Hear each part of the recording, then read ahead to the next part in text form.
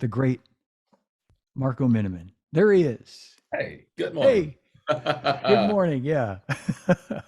are you doing? I'm great. It's actually, yeah, it's just past your morning time. Thank you for doing this today, Marco. Oh, no, no, absolutely. It's great to be back with you in one room, at least virtually. I know, I know, I know, man. It's been Yeah. a minute. I was thinking about this too. I'm sorry it's been so. I've been meaning to reach out to you to do this for some time, and anyway, Well, it's here we are, and it's here great we to are. Yeah, yeah, yeah, great to talk with you here. yeah. Fantastic. And congratulations. I know you just got off tour with the Aristocrats. That's Yes. yeah, that's Yeah. going really well. Maybe talk about that for a minute, like how long the tour went and Yeah.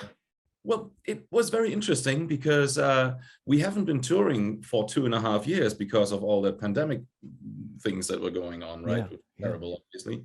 And so coming back with a new album was fantastic because we did an orchestra album with the Primus Chamber Orchestra. And the response was all around very, very positive, which obviously, found us very well. And so we started touring. And it is an interesting time, because all bands went out to tour again. yeah. So you never know what to expect. This is like, basically overly crowded. Like, for all bands, it's like, do we miss audience? Will we gain audience? And fortunately, the latter one happened, which, yeah, was very humbling in the most positive way for us, because all of a sudden, all these people showed up when we sold more tickets than ever and sold Oh out man. almost the whole tour, which was incredible. Like, for us, pretty much fusion rock jazz instrumental trio. I remember like about like 10 or 12 years ago, we started playing pretty much capacity of like 150 people in the States. Yeah. Now it's like a capacity of almost 1,000 people or more. So we're absolutely grateful. The tour went astonishingly amazing, and so we can't thank our fans enough. And yeah, so that was our tour. So it was also a lot of work, obviously, because we played around 50 gigs within 3 months. So and this tour leg actually got us through. Well, it started in the USA, then we went to Mexico, back to the US, then to Canada, back to the US, then back to Canada again, and back home to the US. So it was like 3 months, and Wow. then in a few months from now, like next February, we're gonna go to Asia. We're gonna hit all those markets, then Southeast Asia, which is kind of India and things, and then after that we go to Europe and some other countries. So it's a whole world tour, and so yeah, it has been incredibly well. The band I think sounds better than ever, and the vibes are better than ever between the three of us. I guess with the pandemic break, we really realized or didn't realize at first how hungry we are, or were to get back out and do what we love the most, and Yeah. that's basically making music for everyone. And your audience too, I think, also was hungry for it too. Obviously, if you've grown it. I was just going to comment, Marco, when we used to go on those clinic tours together, I always made sure we went in a straight line from Yeah. from Boston to LA or but no, Yes. it's routing Oh, is yeah. These things are pretty crazy. I tricky. remember like we go way back, see with the Aristocrats, we usually do the same thing. We kind of, have that thing where we go from West Coast all the way to East Coast, circle a little bit and then come back. The the silliest run we just did was the very last week of the tour, where we actually went from Vancouver to Portland, no, to Seattle, then to Portland, and then we hit like California. But what we did there was we played actually Reading first, I think, then Sacramento. From Sacramento, we went to Los Angeles, and then from Los Angeles to San Francisco. Oh To the boy. it's so complete bullshit. But the thing is, we couldn't. It was kind of one of those things where the booking agency couldn't kind of get an agreement with like two venues that we wanted to play that were booked at certain times. So it was a Yeah. little, so we had to kind of circle around it. But we did it. We're here. We're alive and talking and having fun. Yeah. Well, you're So a things happen. I know. I was going to say you're a road warrior. If anybody can handle it, you can. And Uh, so, Marco, let me ask you, when I saw you at the Baked Potato, and that would have been maybe 10 years ago, I was still at Zildjian. I remember I was there in LA for something we were doing, and you were playing that night at the Baked Potato, and we took this picture afterward. Oh my gosh. And was that the Aristocrats, the band that I saw that? I think it was, right? That was the beginning of the band, maybe? That could be, hang on, when was that? Like 2011 or 12, maybe? Yes, that was the beginning of the band. Yeah, Absolutely. yeah. Yeah, I remember you totally. crushed it. That's what I thought. And I was thinking today, like, does the band go back that far? And I guess it does. But Yeah. I think it maybe you had just kind of formed the band at that time. Yeah, by that Around, time, I yeah. think, we just started in 2010 or 2011. That's right. Those were one I of see. our first Okay. shows. We really did. Yeah. Yeah. Crazy, Yeah, huh? I know, I know. I was, and that was, I just remember, like, the great thing about the baked potato is anywhere you sit in that club, you're a foot from the Yeah, stage, basically. it's And I close. think, yeah, Yeah. I think Don Lombardi might have been there that night too, and it was Yeah. just incredible. Just Yeah. The baked potato. It's a legendary place, isn't it? We played there it, so many notes. it sure is. Well, I have to tell you, I mentioned this off camera that my grandchildren are watching right now. My son has just messaged on Facebook, watching this live, that my granddaughter Fiona and my grandson Dylan are Yeah, watching. And I have to say amazing. this earlier in the show than I anticipated, but Howdy Tunes. I was going to ask you just to talk about that. My son played me some of the music a few months ago. They were here visiting, and he's saying to me, he's a drummer too, and he's saying, "Dad, check this out. Listen to this drummer." And we weren't sure, first of all, if it was a human or a machine, and then we decided, yeah, it is really a person, a drummer. And I said, whoever it is, and then he has later since told me it's you. That's true, yeah. That came together actually pretty well, surprisingly. I had no idea who these guys were and what that thing was all about. So they got in touch with me and sent me like a concept about this thing called Megalodon, like that huge shark and this kind of Yeah, thing. And it was an animated series, and they showed me a video with it, and later what they would do and all those things. And I immediately thought that was really cool.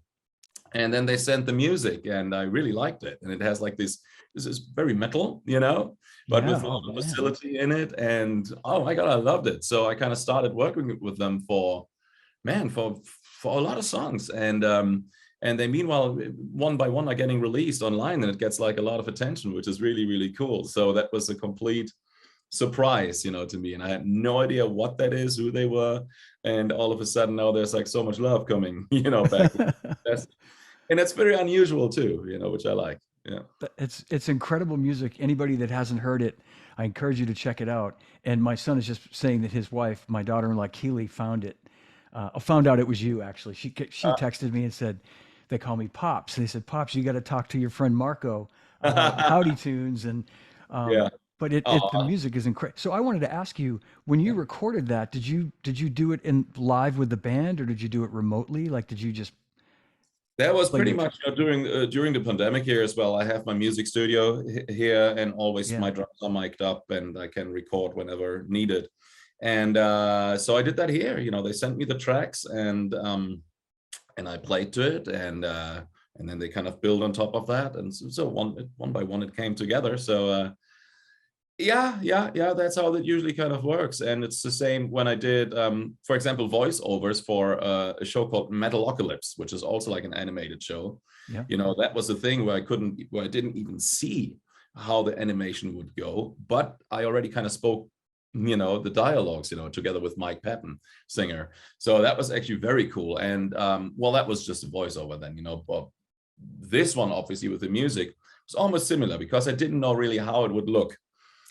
So it was just really concentrating about the song, and then the rest would happen behind the scenes, to then kind of later on when you kind of watch it, you go like, hey, this is actually pretty cool. Yeah, man, I know. And Say like hi to your grandkids, hello. oh, thank you. Yeah.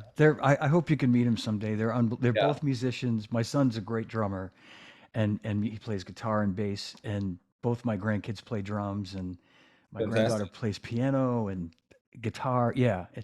That's so cool. They have their dad's talent, not their grandfather's talent. So I love it.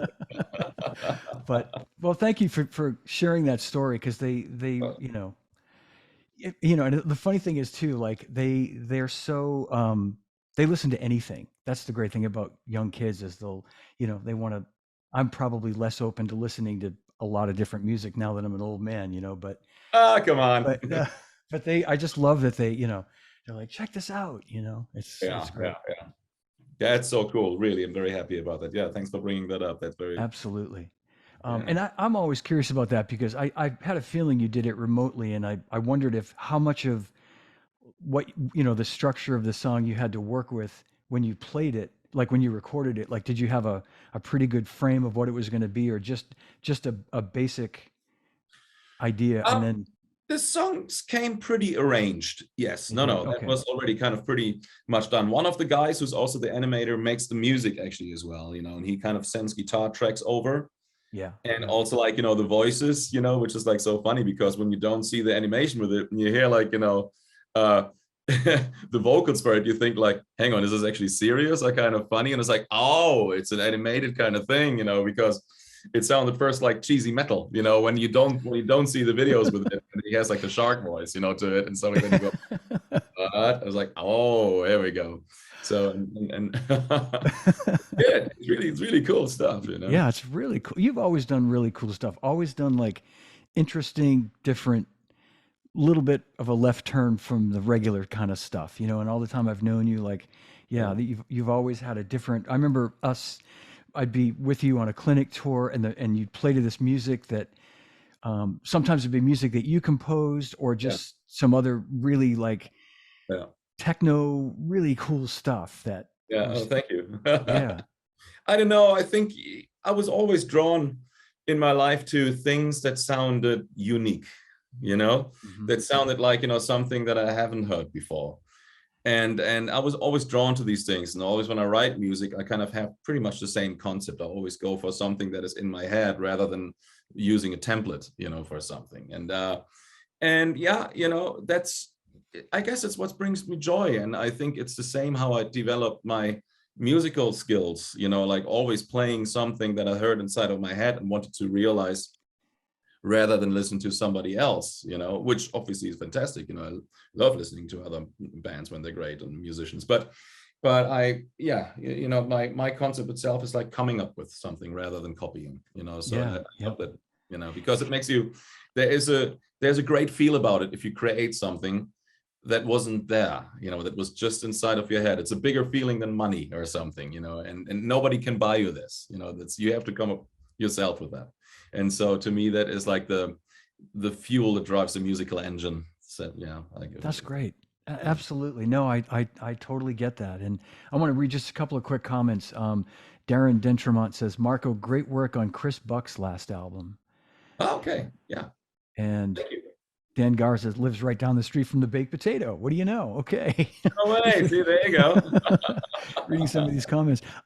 So that leads me. So I was going to ask you this earlier anyway, and I think you just can, to all of you guys write in the Aristocrats, like all three of you guys contribute Yeah.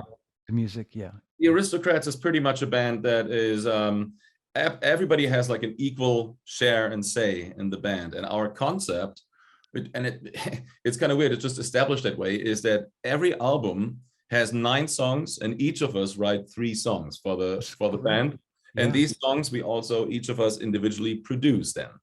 So there is never really, a thing where we from the get-go had like a difficulty, who's getting more songs, who's getting more producing rights or whatnot. No, it's all fully equal. It's obviously, nobody would mind if one of us would get 4 songs or something like that. Sure. And live, we have like that too. But the concept is really, yeah, we are 3 writers and players. And Yeah. yeah, that's how the Aristocrats always rolled. And it seems to create a healthy and a fun environment. Yeah. That's great. And it sounds like, yeah, I mean, like everybody has respect for each other. So it's not like somebody's going to say, we should do 4 of my songs because one of your 3 isn't good enough, or, the Yes. things that rock bands fall into, you know what I Oh mean? my gosh. Fleetwood Yeah, yeah, yeah. Mac. Yeah, I remember like bands, like the Police or something. They had Yeah. like Yeah.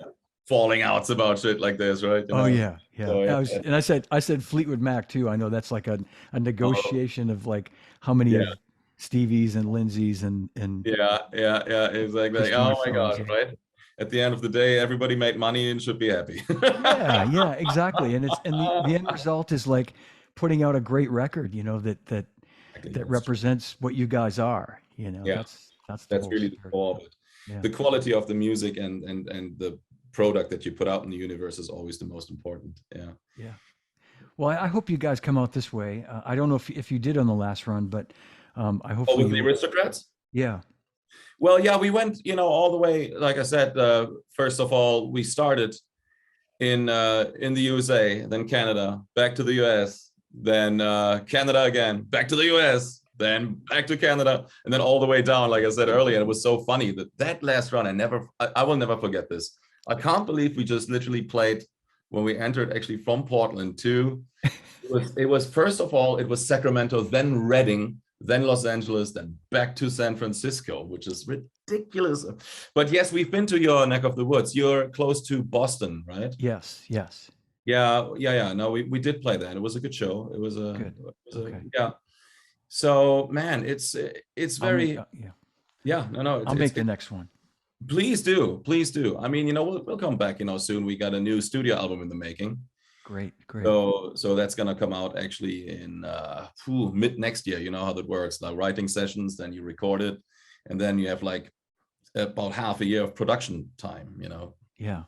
Yeah. I remember seeing you, and again, I know I'm going back some time, but I remember you calling me and you were coming to Boston to play with the band UK, Eddie Jobson's band. That's correct. Yeah. Absolutely. And that was maybe 10 years ago.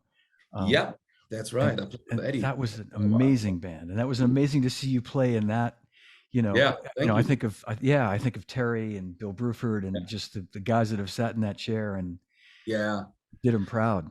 yeah, that was cool. I remember you were at the Boston show there, right? Were you Yeah. Yep. Yeah. at the Vienna show? I think that's where we played. It's interesting because I played with Eddie for quite some years, and for him it was like a big deal because he hasn't. By that time, he has been off the road and off the grid a little bit for almost about like 20 or 30 years. Wow. So for him, basically coming back, it was nerve-wracking and beautiful at the same time because he didn't know whether he has an audience, if they're like all still into that kind of stuff. And so we wrote actually a bunch of new songs actually as well, which got released under UKZ, and so we played that material as well. And overall, the tour has been actually doing very well. And we played many markets. We went also to Japan multiple times, and and to Europe and all these things. But yeah, that's right. You were there at that show. That's true. That's Yeah. also now, meanwhile, 10 years. I think so. Yeah. I know. Unbelievable, how time sometimes flies, isn't it? You think like, oh yeah, that's yesterday. Remember when we started touring? That felt like yesterday. I know. Yeah. I've been thinking so much about that, just how much fun we had.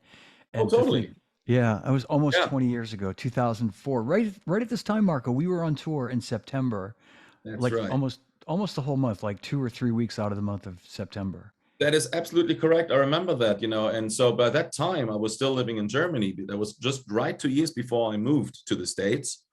And I remember like we were drinking Newcastle beers.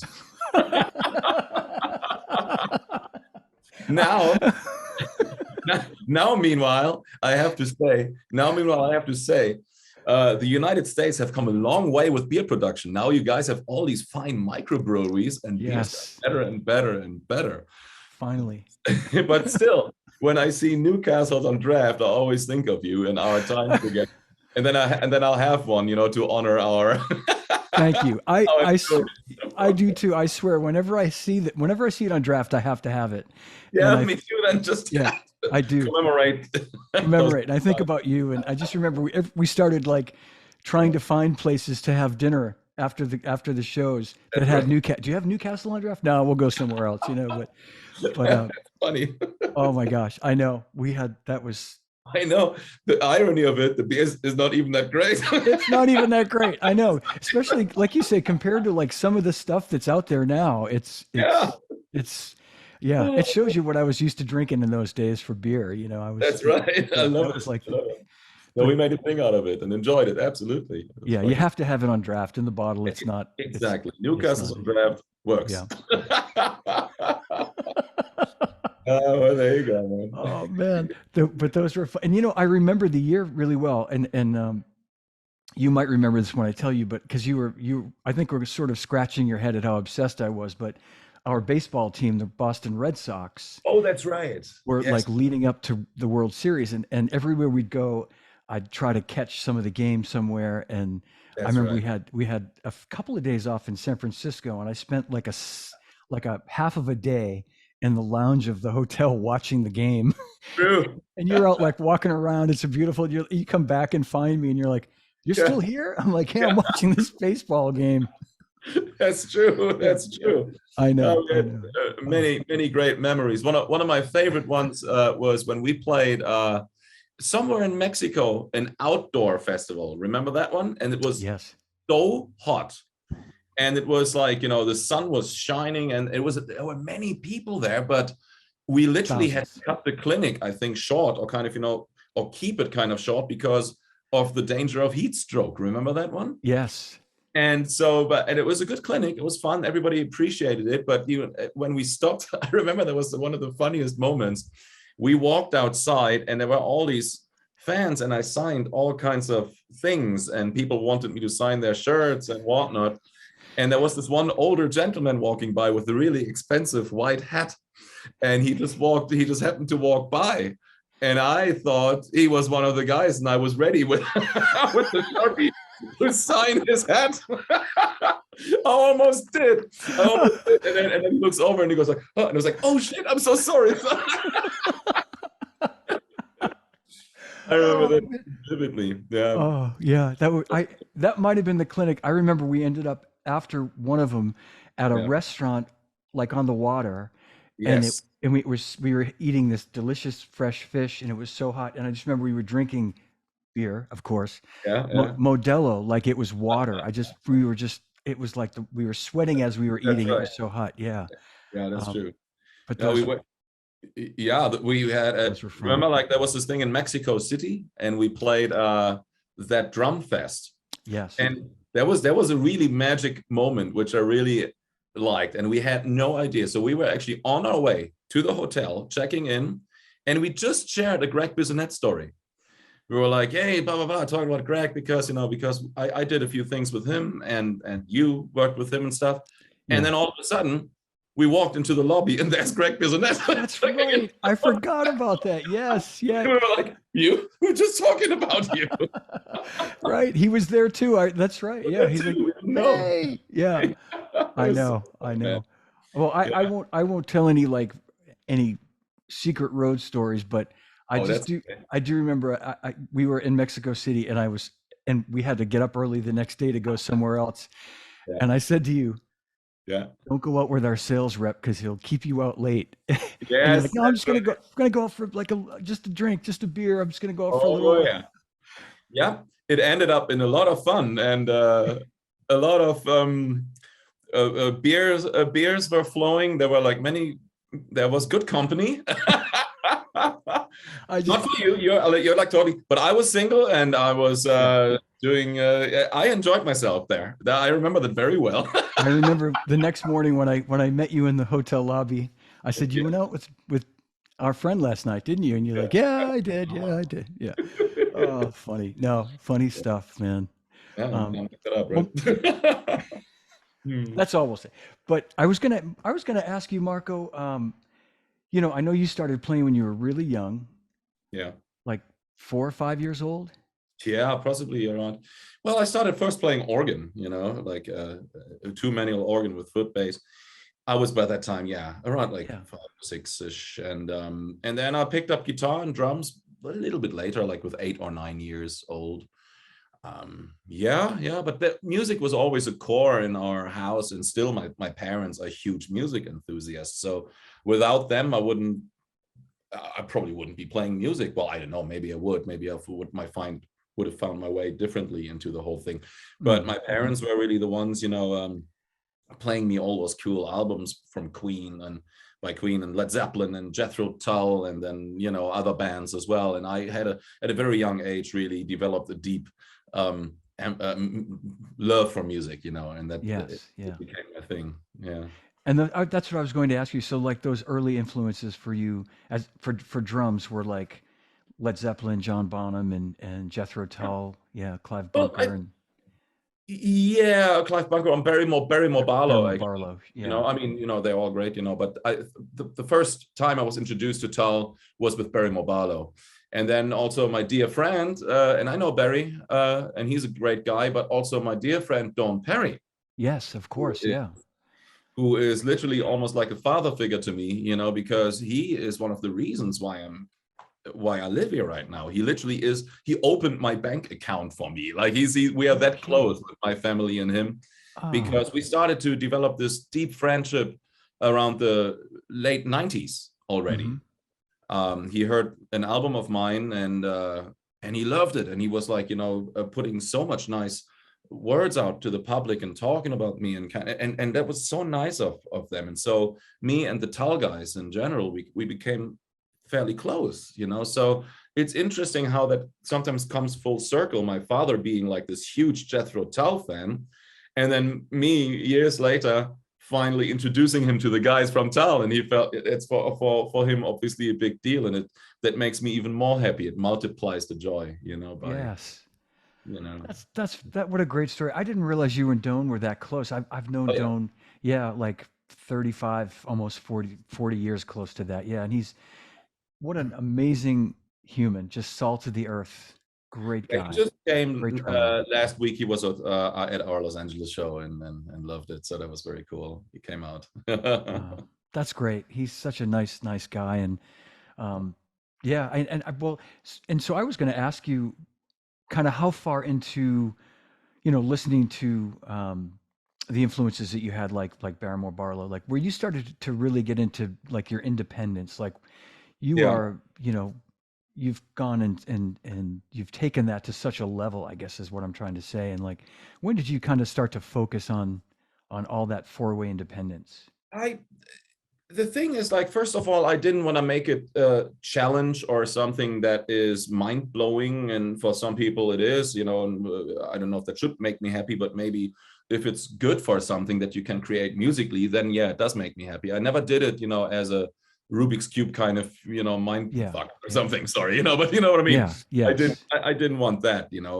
I just thought at some point about like combinations that I kind of, you know, had from stick control, you know, when I practiced those things. And I thought, like, man, you know, the first 24 combinations that you get, like the stickings, just like what you can first of all do in one quarter note, like right, left, or actually in a bar, 4/4, left, right, then right, left, right, left, and so on and so forth, the paradiddle groupings and all of that.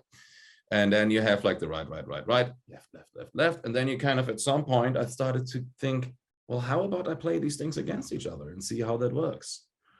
And it opened this door, you know, to a whole universe, because I got all of a sudden so independent, that I kind of free, that I could kind of speak so many different languages of combinations and use them at the same time. yeah, And some stuff sounded really beautiful, you know. So those paradiddle combinations, when you play like an inverted paradiddle with the two hi-hats, and then you right, play like, you know, a regular groove on top with the left hand, and then like another combination or another pattern on top with the right hand, which that one is one of my trademark patterns, so to speak, you know. But it is it just feels musical to me. And so it also opened the door to kind of modify my drum set and kind of come up with remote hi-hats, or the gong drum, which I placed over here as a kick drum replacement when I do other things with my footwork. hmm, So and that's how that really started. And I want to make, obviously, or not obviously, well, I want to make clear that people know that this is not only my thing, you know, obviously, you know, because I play like all these productions. This is a part of my uh, repertoire that I feature in drum solos or write songs right, around. yeah, yeah, Um, but it is, I think, you know, a good vehicle to broaden your spectrum and alphabet of the drum language. And so that's why I really did it. I first did it really for for myself, to kind of mm, go like, okay, hey, I want to kind of know how this works. And when I kind of started playing it, I remember the first time at the Modern Drummer Fest, people were completely freaking out and were like, oh my God, what the hell is this? And I was like, wow, that's actually very cool. And all of a sudden, people asked me, like Warner Brothers, for example, to release a book with it and do DVDs of it and stuff. So I was like, yeah, sure.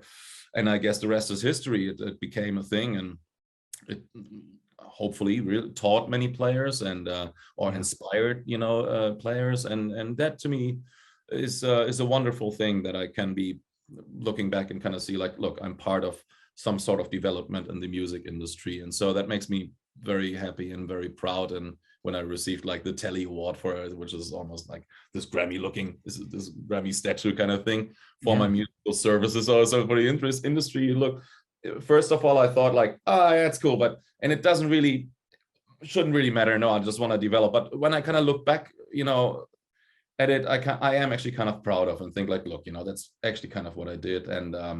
And you leave something behind in the universe, that inspired hopefully other people, and so, yeah, so there you go. Absolutely. Well, that you mentioned the Modern Drummer Festival. That was the first time I'd seen you play, and Oh I yeah, was trying to remember the year. It was before we knew each other, but yeah. 98, late 98, I nine, think. Huh? Yeah, 98. That's what I thought. yeah, And I was trying to what I remember of this, and I've told you this story, but I don't know if you remember, but yeah, I remember walking in at the old venue that MD used to have it at the college there, yeah, um, and the big backstage area, and I remember putting my jacket in a room or something in a room that ended up being your dressing room, and I went in. I think it was after you'd played. I went in to get yeah, something, and you were in there, kind of like drying off, and yeah. you went hello, and I went, oh my God. I said, and I was like, sorry, I'm just here to get my jacket or something. I said, man, you were amazing. And, oh, thank you very Oh, much. But I remember your English at that time wasn't what it is now. yeah, yeah, You were still, your English was getting better and better. But I just remember everybody, that's all we talked about. Like all the drum sponsors that were there that day were just like, oh my God, this guy is amazing. It's, yeah, oh. it really, cause and you had, just what you said, it was a part of your repertoire because you had all this other vocabulary there, drumming vocabulary, and and I just thought the way you used it was really, it was like, I don't want to say entertaining, but it was just like it made it fun, and I think it made people want to be more adventurous in the way they approach the Yeah. drums. Well, thank you for saying that, first of all. I mean, the thing is, I always try to, when making music, it happens actually almost, not even almost, it happens naturally, that I want to form a bond between the audience and the music, or Yeah. myself, Yep. or the band. With the Aristocrats, again, are like a very, very good example, I guess, because we never take ourselves too serious. I mean, we want to play as good as we can, but we never want to kind of come aloof off the stage, like basically kind of going to things like, oh, we want to shock people, or Yeah. we're like awesome down here and you're just the audience down there. So that was never the goal. We always wanted to involve the audience and see if we can reach them, and we involve them by having them sing along with us, or we have like, I picked up these squeaky toys, like, that we use with the Aristocrats, and people enjoy that so much. And so it makes the music look like a little more fun, and not kind of, how do you say, like, dangerous, or kind of, difficult or something. That's the worst, I think you can do Yeah. if you want to try to be purposefully difficult, to kind Hmm. of make people be afraid of music. I think you want to make people want to enjoy music. Exactly. Yeah. And what you just said is, I don't mean to keep bringing my son into this, but he just made a note, said, super inspired, Marco. That 5-minute solo on Instagram this week was spectacular. Well, thank Yeah. you. Yeah. Thank you. That's what I usually do when I warm up. So when I have a session coming up, then I kind of, see if the cameras are all right. Sometimes I film those things, and then I kind of just warm up a little bit and get inspired, And some of those solos are maybe post-worthy, and that's what I do. And I think it's cool to show that to the people. And I guess, especially when you can do this at home, a lot of stuff comes out of you that wouldn't, maybe, if you have like, a set filming and shoot or live kind of session where you only have like one shot, literally. But Hmm. at home, and especially if nobody is around, you can completely let go, and on and off, I believe some magic happens that is kind of worth composing on top of, or sharing on Instagram. And I'm glad, that meanwhile, you can get feedback for that, obviously, because 20 years ago, that wouldn't have been possible, you Right. know. So now you Exactly. can do this and can show it to the world. And if there's good response, that means that you're doing something that touches people. And I guess it's worth building on top of these things. So thank you very much for saying that. I'll try Oh, my best. that's great. And as you say too, I mean, and all these things are part of like, um, getting your music out there too for just not just yourself, but the band and just Yeah, how you reach people. So yeah, I agree. I'll just say from knowing you and all the drummers that I've worked with, the ones I'd say everybody tries to inspire people, but um, it's what you said is perfect. When you try to make music that is just so overly complicated that it makes people want to go, I quit. yeah, It's kind of like the antithesis of what we're all trying to do. We're trying to inspire people to play music and to yeah, enrich yeah. their lives with it. It's There's a difference between shocking people or kind of, making people happy with music, yes, yeah, yeah, I mean, I don't. Obviously, I do like facility as well, and sometimes if you have a drum solo, or and you should show some fireworks here and there, right? yeah, But I think always for the entertaining purpose and for the beauty of music, and what you said is exactly my thinking as well. It's like some people that always go like, oh my God, now I quit, now I gotta sell my yeah, equipment. It shouldn't be that way either or, I think. And I remember with me and my dear friend Don, who we just talked about, Don Perry, years ago had like the discussion about exactly that, technicality versus musicality and how to use it correctly. And the way we both grow up, because I remember somebody came after the show then, and this line that you sometimes hear and go like, oh, I'm gonna sell my drum set or something, yeah, it's like, oh no, or when people go like, oh, I can't do that or something like that, that to me was always like a no-go zone. And the same for Dawn. I said like, I never said, even when I was like you know in my teenage years, I never said like, oh, I could never do that when I started playing drums. Because if there was something but that time I couldn't do, then I wanted to learn it. yeah, But also I had the drive to learn it, but then make something else out of it as well, or incorporate some other kind of thing, yeah, so that it becomes a unique pattern. And I guess that's really the right way, the way forward, to kind of accept what's in the universe, embrace it, learn it, and then build with it, right? And yeah. speak a language with it. That's what's really what music is. Absolutely. Sorry for the detour here, but Oh, no, that's great, man. I appreciate you going so deep like that. Just from my small vantage point, I remember as a kid, I'm old enough to remember like seeing Buddy Rich on TV late at night on wow, the Johnny Carson show. It was like a big yeah, yeah, deal, and in those days, seeing Buddy Rich was like there was nothing like that in the world in the way crazy. of drums. Yeah, just amazing. And I always felt inspired. I mean, I knew I couldn't sit down and play that, but it didn't make me not want to play. It made me like you said, it made me want to at least practice more and try Yeah, to develop that speed and try to get my single strokes as fast as that or uh-huh. um, syncopation or something. But It's it never inspiring. had. Yeah, yeah. And seeing you and all the great drummers that I've had the Mhm. honor of being with and watching, up close, I always left inspired. I never felt like I'm gonna you know what I mean? Yeah, I don't yeah, understand that. I guess I just don't understand yeah. um I mean, that. I know what people mean. They want to make it a compliment or something. They want to give you Yeah, most of the time, yeah, but it should not scare people. It should inspire people. And yeah, I like that thought. yeah, absolutely. I was gonna ask you, I wanted to ask you about, how you started to develop your independence. Do you play every day? Do you make it a point to sit down for some amount of time, even a little while every day to just get loose or Oh, honestly, no.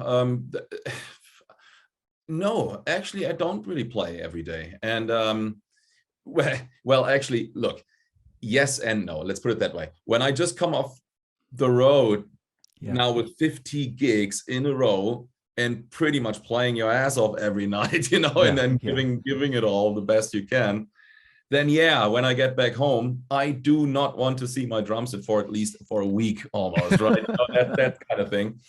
On the other hand, now I'm lying to you because now the first thing I did once I got home I already recorded actually for a song that I composed. I did that. Then I joined in already 3 or 4 jam sessions. So actually, you know what, Johnny, you're right. You're right. Actually, I do play every day. Yesterday I played as well. Okay, shit. Oh my gosh. Yeah, so there's actually always like brushing my teeth or riding my bicycle or something like that. There is a moment when I just sit behind my drums and do something. But already for many years now, I just really use the drums to compose music. You know, like I rarely really kind of sit down and go like, okay, today I'm gonna develop this and that. It happens meanwhile automatically. You speak the language and I kind of improvise, and that's what you see sometimes Mm-hmm. when your son said he saw the clip online, which is Mm-hmm. thank you very much, which a lot of people found inspiring, I guess, you know, or liked. Then this is what's coming out of me, and if I find something that I think is worth building on, then I kind of use that theme and refine it. You know, that Yeah. to me is practice. Meanwhile, I'm not kind of sitting down and go like, today I'm gonna accomplish this. Nope, that's not how that works for me. It's like, I'm gonna play. Oh, I like this theme. Now let's see what I can do, and then I refine it and practice for it, you know, to Mm-hmm. make it maybe sound good in a solo or something, or in a song. That to me is really more what practicing is all about right now. Yeah. I thought so. Yeah. I didn't think that you. I assumed you were past the point where you like are sitting down for hours at a time, like working on stuff that you probably worked out a long time ago, and you it's muscle memory now, and now you're creating. It's more about creating Well, we know parts how and it is, isn't it? It's like speaking a language. composing. You know, I always say Yeah. that. It's like, you know, you don't wake up in the morning every day and say like, good morning. By the way, there are 2 O's in the word good. You don't think about that anymore. Yeah. And Yeah. music should be the same way. People should not confuse it. Once you can freely play, then hey, there you go. That's what you have. You can now speak that language and then maybe learn a different language or incorporate words that you didn't know before. You know, Right. that to me Right. is being creative, I Yeah. think. And when you sit down to do that, do you when you start to feel like an idea forming, like if you've come up with something that you Yeah. think could become, do you put on the recorder then, or do you just Yeah. record right pretty much everything you do and then have it as a No, reference? no. When I feel inspired, when I kind of, you know, play something and I think, oh, this sounds good, this is going somewhere, and I'm feeling in the zone, then yeah, then I'll just, you know, press the cameras, which I have ready there, Yeah. and then I'll Yeah. record it. And sometimes it's a bunch of shit. and sometimes you know it is. It's Yeah. not that I'm sitting there kind of, you know, every day, you know, kind of, you know, playing something that I would post. You know, that this is not how the world works, you know, I think, you know, and so sometimes I play something and I go like, that was bollocks.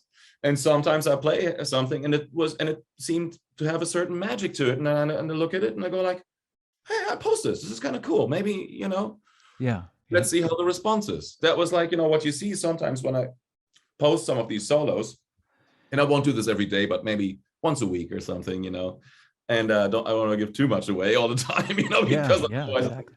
you know, but this is to me how it works, you know, and I think that's a healthy environment. It's the same way when we play live, for example, during our Aristocrats show, there are hardly maybe 1 in 12 gigs where the 3 of us walk off stage and go like, yep, that was a great show.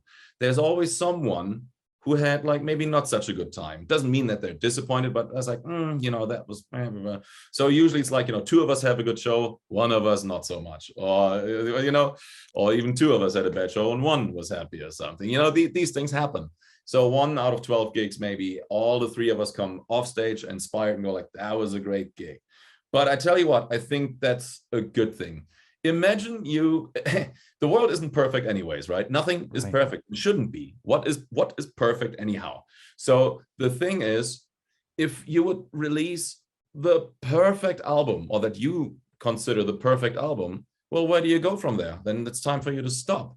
I do like little imperfections here and there, Hmm. because you can always do better. It shows you that you can, you know, Yeah. build on things or kind of go in certain directions or refine something. Isn't that beautiful? So to me, anything that is like a little bit of sloppiness here and there or something, is like, yeah, well, that happens. Next time we'll do it differently. So I'm not afraid of of these things. I'm not afraid of a little bit of dirt. You know what I mean? That's great. Yeah. I think that's so Yeah. inspirational for like all us humans out there. You know what I mean? That see you guys playing this incredible music that's probably to the audience sounds perfect every night, you know, So many mistakes. but yeah, no, but even for me, you know, in my little rock band that I play in, you know, like nights what you just said is so perfect. I think it relates to like musicians and bands of all stripes. Like Yeah. it's very rare that everybody walks off at the end of the night and says, this is like perfect, you know, but Yeah. like if like 2 out of 3 or 3 out of 4 people played great and everybody liked it, then Yeah. you've done your job, you know, and Yeah. yeah, yeah. And It's you're human. absolutely. I Yeah. would like to hear your band. You got to send me a link then. I will. Just you know, Yeah. be gentle. Oh, go on. Oh, yeah. That's, by the way, another thing, isn't it? You know, when you post things, meanwhile, it's such a strange thing what social media really provides. You post something and you have, like, let's say 200 or 300 really good comments, but then mostly there will be one person or Yeah. somebody who has something to say, maybe had a bad day, and they feel entitled to, Yeah. basically say mean things or kind of judge or whatnot, just because they can, So that's what I always say to musicians, especially um, upcoming young musicians, who want to have a career. I remember, like, they're like so afraid sometimes of social media, of being bullied or something like that, right? That happens more like in the next generations, more than ever, because Yeah. meanwhile everybody can just log on and kind of, say if they don't like their haircut or their nose or the music in general or whatnot, and you have to kind of grow a little bit of a thick skin. I always tell the people, it's like, look, if 90% of your followers like it, or most of them, you're a success. It's like, obviously, yeah, you can't ignore the bad comments, when you like the good comments, but Right. if you know where your heart is, and if you know that your friends and followers like it, then you're doing something right. There will be always someone. And it's especially kind of a message, to all those players, the young players, they get so afraid and upset when some people come at them, like, do your thing, do what you love. And if you think the quality you put out is good and your heart is in it and your mind and your soul, and then your friends and your followers like it, then that gives you the right to continue. Don't let social media get you down, or you don't be Yeah. bullied in the music world. Be inspired and play. That's great advice. You're right. You're right. And that's, you know, and we know that when you see those types of comments, they're coming from people that probably are it's out of envy or whatever it Yeah. might be. And Oh, yeah. yeah, you know, Having a bad day or something that happened, or whatnot, so that stuff, yeah, hey, can't please everyone. that's right. That's But right. that So right now you're the Aristocrats are you're off the road, but you guys are going to start working on a new record. Yeah, exactly. Yeah, So we have already songs written for our next studio album. We already played 2 of the new songs on our tour, and they were received very well. great. So yeah, so that's coming out. Yeah, we're gonna record in January, and gonna release the album probably by June, and then have it fresh for our European run, and Great. we'll be back in the States with that album as well. Fantastic. And so when you guys go in to record, you'll do it, you know, kind of for lack of a better word, the old-fashioned way. You'll go into the studio and do Totally, it that's good that you together. brought And it up. yeah. Because yeah, a lot of times I really like working remotely, because I love composing, and I get my sounds here at home that I like, and Mm. we send things around, and then you kind of have a product back, or like an album. Let's put it that way. Product sounds so how do you say, like, so disposable. Now we don't. But but with the Aristocrats, we have the certain chemistry when we play live, and we always want to preserve that also in the studio. So what we do is, like, we meet in the studio, we play, we rehearse the songs before, like a week or two, or even do like a few shows where we kind of take the songs on the road, and then we'll record them. And it kind of did as well, and that concept worked for us. And so I guess we'll continue it that way, you know. So, but we are one of those old school bands who then books a studio, Great. Yeah. lives around there, and then goes out for dinners together and Newcastles and and onion burgers, and then we won't tell that story, won't we? So there we go. And then We better not. I don't know it, right? Oh man. Yeah. So when you go into the studio, will all the songs be pretty much formed, like pretty much done, or you're still kind of Well, writing them and changing as you no, go, or you're the all songs will be done, you know. So what yeah. we really do is with that band, each of us writes the complete song, like the complete arrangement. Yeah. Everything is completely set. We learn them then at home for each other, and then with each other, and then play them and record. So there is not much really left to chance, you know, where we go like, let's kind of, last minute change something up. So that one we had from the get-go, that we come with complete works into the studio and then execute them. There is no gray area or something where we go like, all right, let's kind of play that a few times. How about we change that part? No, we don't do that. Strange, right? But it works Well, that way. no, I think it's very it's like very organized. It's very productive. I'm sure you can be really productive, especially when you're paying for studio time. You can go in and Yeah. get it done, which I think is smart. I think you have to be that way nowadays too. Yeah, exactly. Yeah. I think so. It's studio time. Yeah, that's the thing. And then, so you want to kind of be efficient. And I think it's good to know what kind of sound you're looking for and what kind of how the song is supposed to sound. That's, I think, a big thing that I can only advise, to younger players actually as well. It's, having already the sound inside of your head of how you want your song to sound is pretty much 99% of what the vision is supposed to be. And then go in and get that sound instead of kind of letting your mind detour into other kind of things, like look inside of your head and go like, hang on, I know exactly how the song is supposed to sound. Chase after that sound and don't get distracted. That's a big thing, That's huge advice. Yeah. Yeah. And my last question about that is, do you guys produce these records? Will you produce your 3 tracks and the other guys will produce their tracks, or Yes. do you have you do? And Yeah. do you engineer it yourself, or do you have an engineer come in? No, that's where we like to kind of give things away. See, for my solo albums, yeah, those I engineer and mix myself.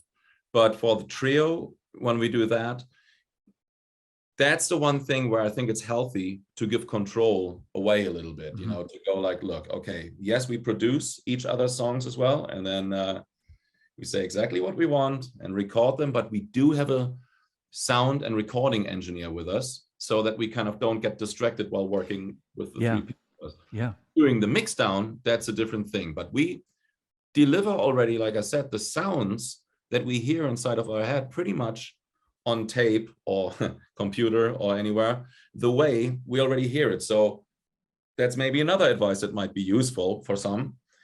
Getting the sounds already onto the recording the way you hear them inside of your head, once again, so that you don't have to fix things in the mix. That's not how that works most of the time. Right. Like I remember recording engineers, I worked with Joe Satriani, John Cuniberti, we had some cool discussions about that, about mixing and mastering and signals and stuff like that. And he also said to me, he goes like, see, because I asked him how he works and what signals he usually uses and stuff. And he goes like, well, the one thing, especially about mastering, is like, don't try to make it something that it can't be. And that is exactly the thing, for recordings to me as well. Like you can't record a compromise kind of instrument and then kind of, sit there for hours, try to make it sound bigger or better. If it can't provide it itself, then you have a compromise already going on. And so basically what we do with the Aristocrats, we try to get our signals as good as possible onto the recording. So that way, when you kind of hear the tracks without even having any plugins or anything else on it, you can mix them together and they sound already pretty good. Yeah. And the rest is fine tuning. The rest is then, okay, here a little bit of this, a little bit of spice there, a little bit of that, and then we have the sound. But that's how we pretty much work. We try to go in as prepared as possible. Let's put it that Yeah, way. that's a very professional approach. Yeah, and as you say too, Marco, I mean the recording gear nowadays too allows you to get Yeah. really great sounds. Yes. Um, yeah, so you're like you say you're ahead of the game when you have the right. You're not trying to make a small box sound Yeah. like something it doesn't want to sound like, and you're going to waste time in the studio trying to Yes. do that, trying to manipulate some sound. Yeah, it's Yeah, really especially in the studio, not only wasting time, but wasting money as well, you wasting know? money. Yes, yes, yeah. So yeah, so that's something to think about always, you know. And I gotta say, I had to, for me, it was a long learning curve. I've been playing for so many years now, and it took me so many years to find out what instruments I really want to have on my drums, and kind of hearing what sound I really actually want, because there were so many detours about like trying out little foot snare drums, and this kind of cymbal sounds like trash, and this cymbal sounds like this, and blah blah blah. And it's cool, but at some point I was like, Marco, what are you doing? I kind of listened back to some of those recordings, and I thought like, hang on, why am I detouring this? I kind of knew already what I wanted. Mm, And then I kind of, just tried to kind of fuck around with things that I actually didn't even like. yeah, And that's when you kind of, I guess, experience is your best teacher. All of a sudden you get sort of a little bit defined about what you want. And you go yep. like, wait a minute, stop that session real quick. Hang on. Ah, I actually know exactly what I want. Just let it out of your brain. Hmm. And that's kind of, you know what I mean? That Yeah, comes sometimes with age, a little bit. I think you're right. You remind me a lot of Simon too. Simon Phillips has that same Yeah. philosophy, I think, when he works too. I think he's very focused right out of the gate of like the Yes. sound, and he, like you say, he doesn't, and as you do, same as you doesn't get distracted by Yeah. some other shiny object over here that he, wants to fool with. Yeah. It's like, Knowing what you want, right? That's the thing. yeah, And I have to say, Simon, look, Simon and I go back since the early 90s. I think the first time I met him was in 94 or something. And we are like, he's one of my best friends. Simon and I, yeah, we go way back. We recorded many times together. We even toured together. And I gotta say, like watching him as an engineer, he in fact is about to come down here to my studio and check out my gear and stuff like that. I always listened to Simon, always, since I was a kid. And he gave me so much love and compliments about my playing, which I find so nice, and he I loves always you. Yeah, yeah, compliments always back, obviously. Simon will, is such a dear friend, and he has such good ears. And so on the last Aristocrats album, I was using his drum plinth, like those wooden pallets he uses to put like the drums on top. yeah. And he helped me so much by going like, here, build up the drums, like set it up like that. And then he drilled like, screws. Like your stand's kind of all set here. Check this out. I know. He loves his drill gun. Yeah, I yeah. know. I enjoyed it so much, and Uh, but he's exactly one of those guys, he pretty much views his drum set as a piano almost. That's like the complete drum setup that he wants. And you just don't take parts of the keys out or something. You leave that right. all in. He's like, because we had he told me this really funny story about when he was rehearsing once with AC/DC. I don't know if you know that story. I don't know if I might have heard, but please tell it. Yeah, please tell it. It was so funny. And he said, and and I said like, hey man, Paul Gilbert, dear friend of mine, who I also worked with for many years. He said like, hey man, there's this AC/DC story. I think he kind of rehearsed with AC/DC or auditioned for them like years ago. And I was like, what? He was like, yeah, he told me that. So I kind of went, next time I saw Simon, was like, we had like a few margaritas and Mexican food, and so like, Paul told me you auditioned for AC/DC, and he goes like, I totally did. I was like, how did that go? Like, he goes, when he went in, he says like, I said, like, did you bring your whole drum set? And he starts laughing. He goes like, of course I did. Of course he did. Yeah. I said, he goes like, look, that's my drum set. He goes, it's like, and he had like some funny, really funny expressions where he goes like, well, it's like a piano. You just don't take like the middle keyboard section out, the one octave. And then look, I have like my hi-hat is clamped to the second kick drum. So if I would take the kick drum out, the hi-hat would fall over. He goes like, so I said, okay. I mean, we're talking about a band that doesn't even have a right symbol, right? Right, exactly. Or a tom tom, you know. Not really. So I said like how did it go? And he said like, I think he came in and he said they had a great vibe together. He flew in and they hung, and then the power went out. They had a power outage, so they couldn't play the first night. So they had just, a hang and drank some beers and whatnot. And he says like, oh, good vibe. This is going to be great. Well, the next day the power worked, and, and he said like, while they were not even playing, he was setting up the entire drum kit, and said like, how did the guys react? And he said like, oh, the bass player like Cliff Williams and the singer Brian Johnson, oh, they loved it. They were kind of like little kids. They said like, whoa, look at this. Wow, look at that thing. Oh, what is that? Octobands. Oh, what is this? Oh. And I said, but he said like, but the brothers, like, Malcolm and Angus, they were doing kind of the same comments, but in a different way. It was like, what do you need this for? And what do you need this for? And he said, they looked at it like a Christmas tree.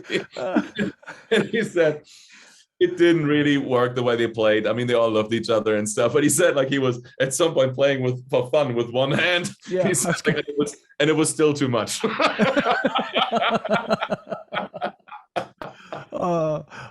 The nickname we have for Simon's drum kit is the USS Phillips, Yeah, they are.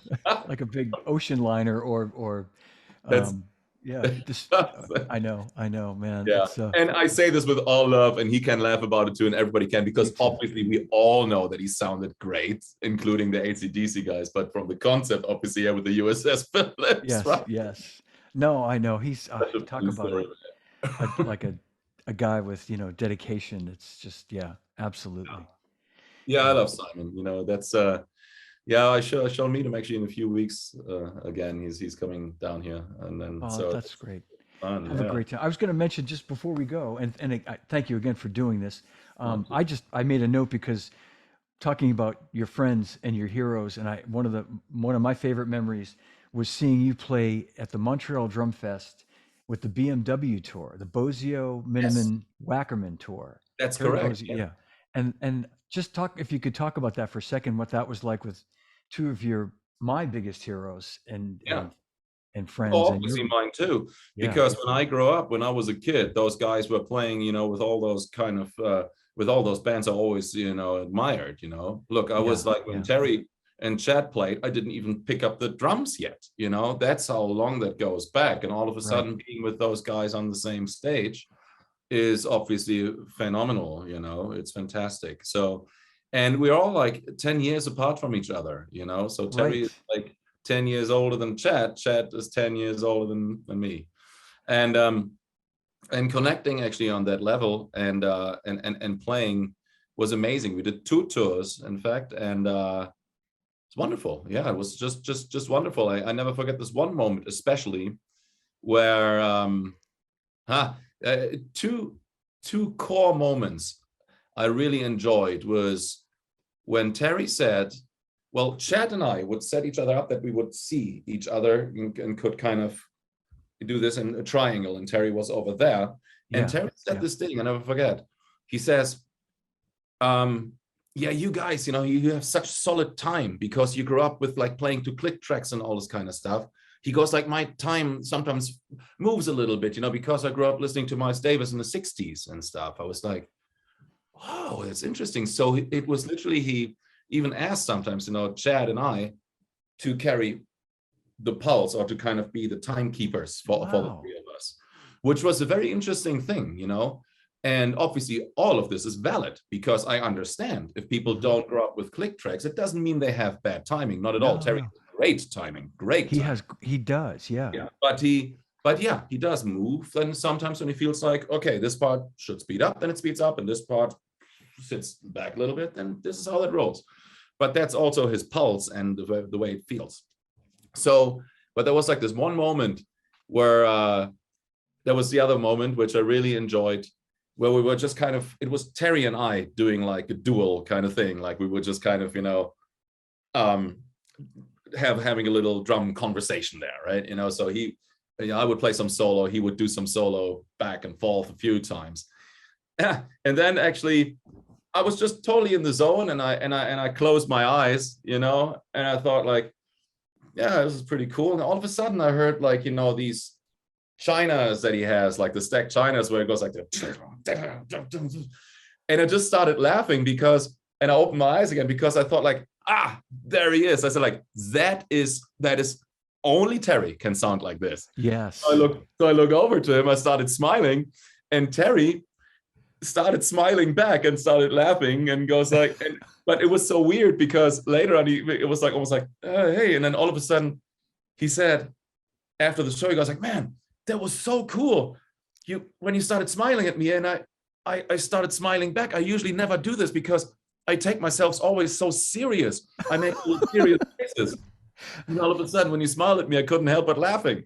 And it was so for the audiences, it captures the audience. But all of a sudden, everybody started laughing because it was such a cool, joyful moment on stage that we all had fun. That was for me like one of the two of those core moments, to completely remember it. Yeah. Oh, that's good. He's a very intense guy, so I totally know what he's saying about that. Like he's, you don't see him smiling typically because he's just so concentrating and Yes. But yeah. I just remember like it was. I've seen a lot of these through the years of like 2 or 3 drummer type combinations, and Chad did a great thing with his 2 brothers with Brooks and John that was really great. But that was so cool to see you guys play, and because you all have, you all like have similarities, but are so different too in other ways. Completely, yeah. And that's the well, way very that well put. yeah, it was made it so cool, and like in all your drum, like you guys, all your kits sounded different, but really blended well together when you played together. Yeah, it was really cool. Another moment was, thank you for saying that. Another moment absolutely. was, you know how big Terry's drum kit is, right? Yeah. So I remember like the very first show, and Chad brought a bigger drum set then as well, with like 2 kick drums and all kinds of stuff. And I have my standard drum kit, which has a lot of stuff on it. It's a lot of drums. Yeah. It's a funny bit.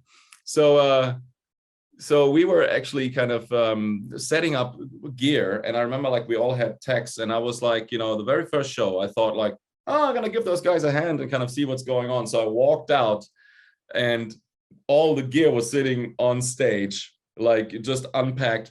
It was so, I kind of looked around, I didn't even know where to start. I just walked to the stage, went like, I'll come back later. So I kind of walked back down and gave it another hour before I dared even to look what's going on. And then during one of the shows, I think in Olympia, it was the front of house guy who was mixing the drum sets. He was kind of sound checking us separately. And then he goes like, okay, the guy with the smaller drum kit now. That was me. That was smaller than Chad's, really? Yeah, wow. Exactly.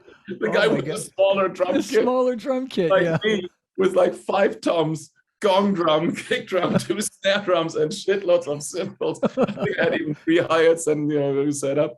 I was the guy with the small drum kit then. Smaller drum kit, yeah. Oh man. Harry and Chad showed up with so much stuff.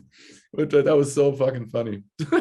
I will say this. I didn't want to spend the whole time with us like boring the audience about us reminiscing with all our fun stories, but I do remember on the big clinic tour we did in 2004.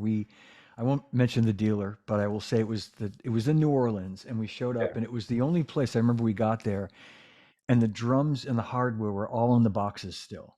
And I just remember like, I'd send the rider and I'd say, swap the heads because you play Evans heads. And I'd say, swap out the stock Remo heads, DW heads with Marco's Evans heads. And, and all the quote drum shops would always do that. They'd have a guy on it, and you'd get there and you'd meet the guy at the shop that was excited to, be the tech for the day. And like, I saw a picture of Marco's drums, and I think I got pretty close. And this particular store, I remember getting there, and you and I just looked at each other, and we'd been flying all day, and we were like tired and from like already being on the road for a week. And there's all the stuff like 3 hours before the clinic's going to start in the boxes. Yeah. That stuff, when that happens, huh? That's something, right? So I think we probably had a couple of Newcastles afterward to ease the Oh, pain. yeah, exactly. Oh, yeah, that's always a good thing. We Oh shall do man. that next time we kind of see each other. Yes. We shall I absolutely have a Newcastle on that I one. look forward to it. And thank you so much, Marco, for doing this today. It's been I so know, great thank you. to see you and catch up, man. It's and Likewise. congratulations. Yeah, and on all the great things that are happening with you and all the continued things you do with music. Inspirational. Means a lot to me, and it's good to hear you being alive and well and having like a great band together, and many new drum sets I see and all kinds of stuff going on. Yeah, yeah. You Well, got more gold and platinum records than I do, man. You know, yeah, and I'm on all of these records too, by the way, as you know. Yeah. yeah. Oh man. I love Well, it. sit tight for 1 second, Marco. I'll end the stream and we'll say goodbye to everybody. But I want to thank everybody for tuning in today. A big hand for Marco Minnemann, Thank you. my good friend, and thank you so much for watching, everybody. We'll see you soon.